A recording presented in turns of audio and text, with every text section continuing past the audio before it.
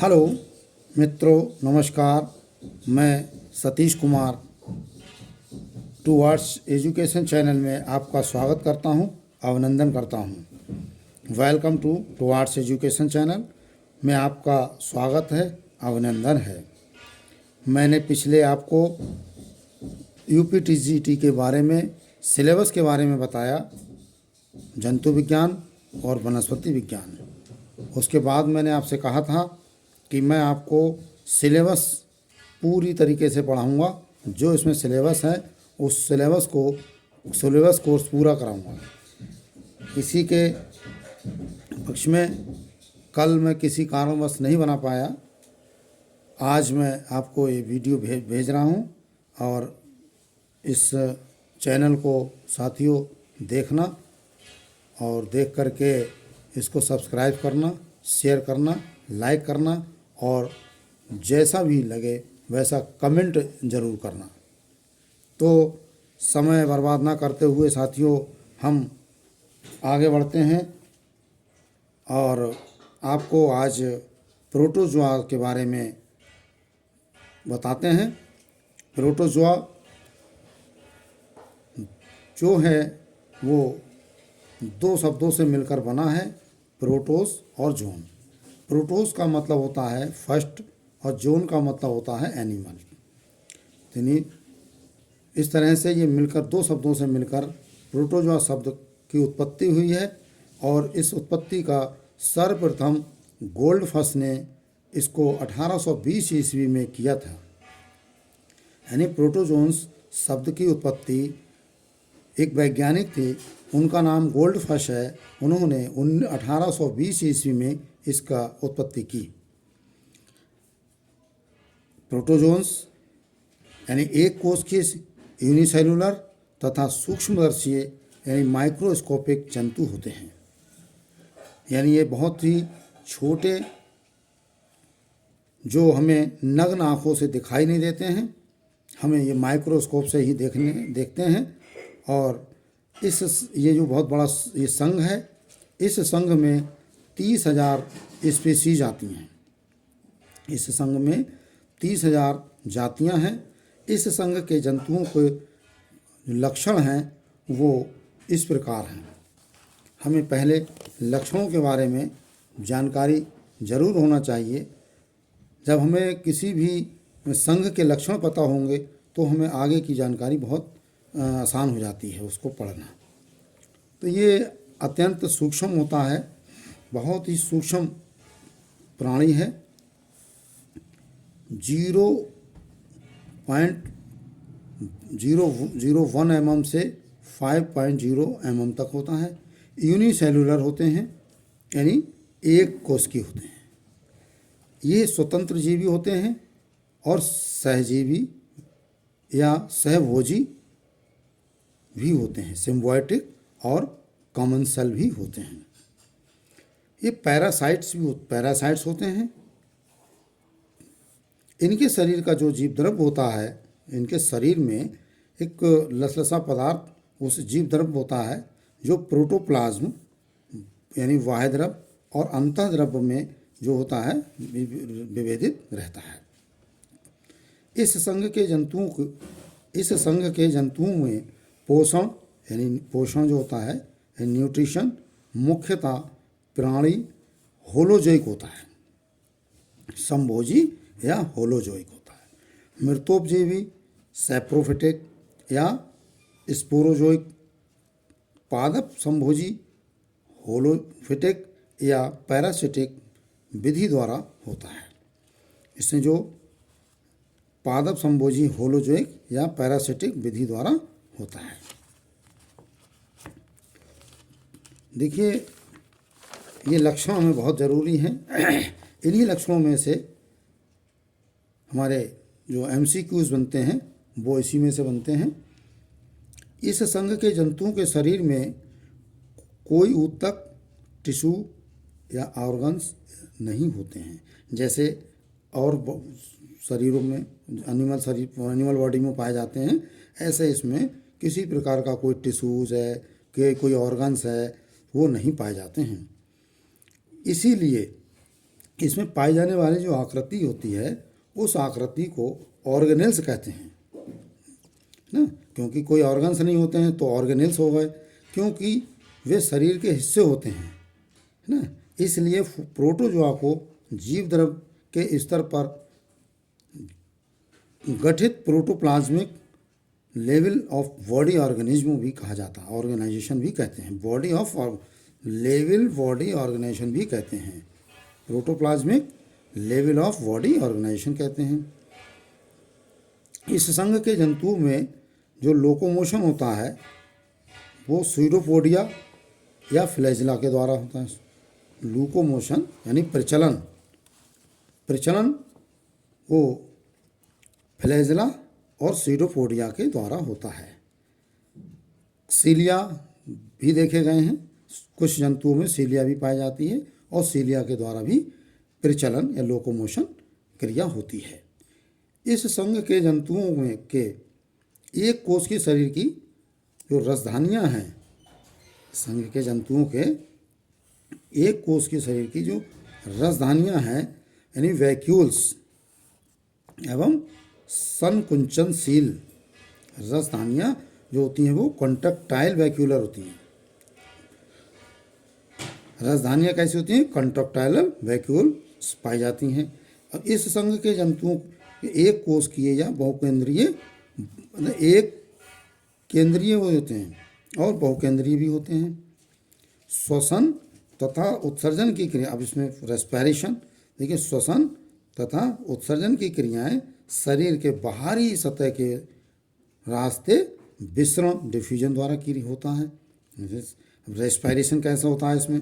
तो जो श्वसन होता है या रेस्पिरेशन होता है वो उत्सर्जन की क्रियाओं शरीर के बाहरी सतह से डिफ्यूजन क्रिया के द्वारा होता है, डिफ्यूजन की क्रिया के द्वारा होता है। इस संघ के जंतु प्रजनन अलिंगी यानी एसेक्सुअल तथा सेक्सुअल दोनों विधि द्वारा होता है। इनमें जो रिप्रोडक्शन होता है वो एसेक्सुअल और सेक्सुअल दोनों विधि द्वारा पाया गया है। एसेक्सुअल प्रजनन यानी एसेक्सुअल रिप्रोडक्शन द्विविभाजन यानी बाइनरी फ्यूजन द्वारा और बहुविभाजन मल्टीपल फ्यूजन या वडिंग जिसे हिंदी में मुकुलन द्वारा लिंगी प्रजनन सेक्सुअल रिप्रोडक्शन पाया जाता है। वडिंग द्वारा भी होता है, मल्टी फ्यूजन द्वारा भी होता है, बाइनरी फ्यूजन भी द्वारा होता है। नर तथा मादा यौगिकों के समागम यानी कॉन्जुगेशन से होता है। प्रतिकूल वातावरण जब आता है, प्रतिकूल वातावरण अनफेवरेबल कंडीशन से क्या होता है? देखिए प्रोटोजोआ में अनफेवरेबल कंडीशन के सुरक्षा के लिए इनमें परिकोष्ठन इंसिस्टमेंट यानी सुरक्षा भी अपनी ज़रूरी होती है। तो ये अपनी सुरक्षा जो करते हैं एक इंसिस्टमेंट उसकी व्यापक क्षमता होती है इसमें। इनका शरीर नग्न या पॉलिकल द्वारा ढका रहता है। कुछ जंतु कठोर खोल में भी पाए गए। अब उदाहरण के लिए हम कह सकते हैं, उदाहरण के लिए हमारे पास है अमीबा।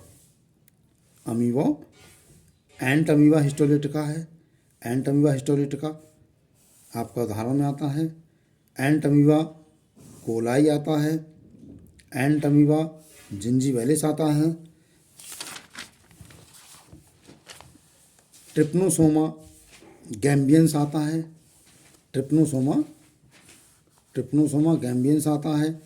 लीशमानिया डोनोवानी आता है। लीशमानिया डोनोवानी आता है। प्लाज्मोडियम भी आता है इसमें। और पैरामीशियम कॉर्डेटम भी आता है। और एगुलेना भी आता है और आदि इसमें जंतु पाए जाते हैं।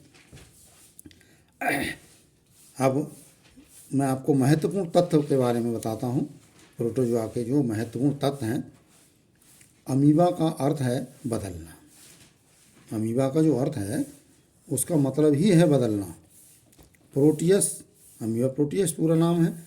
अब प्रोटियस का मतलब तो है ये कि ग्रीस का एक समुद्र देवता, ग्रीस का एक समुद्री देवता हुआ होता था, तो उसको सी गॉड कहते हैं, जिनके शरीर का आकार बदलने की विशेष क्षमता थी उस देवता में। इसीलिए उसी नाम से लेकर के इसका नाम अमीबा, वैज्ञानिकों ने अमीबा प्रोटियस नाम रखा है। ये सी गॉड है, समुद्र देवता के नाम से। ग्रीस का एक देवता हुआ करता था, उस देवता के नाम से इसका नाम अमीबा रखा गया है, क्योंकि उस देवता का भी आकार साइज सब बदलता रहता था अपने आप, ऐसे इसका बदलता रहता है, इसलिए इसका नाम वहीं से रखा गया, अमीबा प्रोटियस रखा गया। एंट अमीबा हिस्टोलिटिका, अब एंट अमीबा हिस्टोलिटिका जो होता है वो परजीवी के कारण, एंट अमीबा हिस्टोलिटिका परजीवी के कारण मनुष्य में पेचिस होती है, हो जाती है, अमीबिक डिसेंट्री हो जाती है। एंट अमीबा कोलाइड के द्वारा जो होता है मनुष्य के बृदंश कॉलन में रहता है ये, तथा जीवाणुओं को ये खाता रहता है।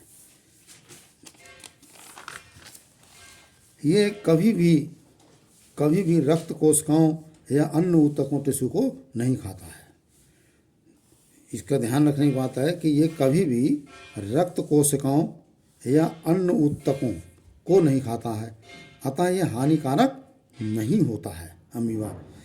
एंट अमीबा जिंजावेलिस जो होता है, एंट अमीबा जिंजावेलिस जो होता है वो परजीवी तो है ही, परजीवी द्वारा मनुष्य में पायरिया रोग होता है। इसमें एंट अमीबा जिंजावेलिस से जो दांतों में एक रोग लगता है पायरिया, उसको होता है। ट्रिपनोसोमा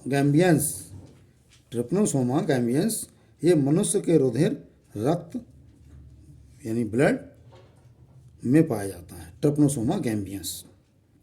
यही एमसीक्यूज में बनता है कि ब्लड में कौन सा प्रोटोजोन पाया जाता है, तो कौन सा है ये, ट्रिपनोसोमा गैम्बियंस, जो मनुष्य के रुधिर में पाया जाता है। इस परजीवी से मनुष्य में सुसुप्त अवस्था आती है। क्या आती है? स्लीपिंग सिकनेस, सुसुप्त अवस्था आती है इससे, सुसुप्त अवस्था, सुसुप्ति रोग, सिकनेस स्लीपिंग रोग उत्पन्न होता है इसमें। जब ये रुधिर प्रवाह में करते हैं, यानी जब ट्रिपनोसोमा गैम्बियंस मनुष्य के रुधिर में प्रवेश करता है, तब मनुष्य को एक बुखार भी आता है, ज्वर, फीवर आता है। क्या आता है? फीवर आ जाता है। उस फीवर का नाम क्या रखा है? Gambia fever. गैम्बियंस यानी ट्रिपनोसोमा गैम्बियंस से जो फीवर होता है वो गैम्बिया फीवर हो गया। इस ज्वर से मनुष्य में कमजोरी आती है, चेतना गायब हो जाती है और ब्लड की मात्रा कम हो जाती है। अगला उदाहरण देखिए, अगला उदाहरण है लीशमैनिया डोनोवानी।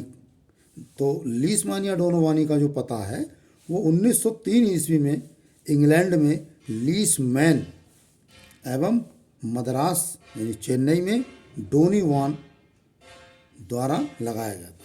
यानी एक इंग्लैंड के लीशमैन थे वैज्ञानिक और एक मद्रास के थे वैज्ञानिक डोनीवान, तो दोनों ने समूह में लगाया, इसलिए लीशमैनिया डोनोवानी नाम रखा गया इसका। दोनों वैज्ञानिकों को नाम से इस प्रोटोजोन्स का नाम रखा गया है ना।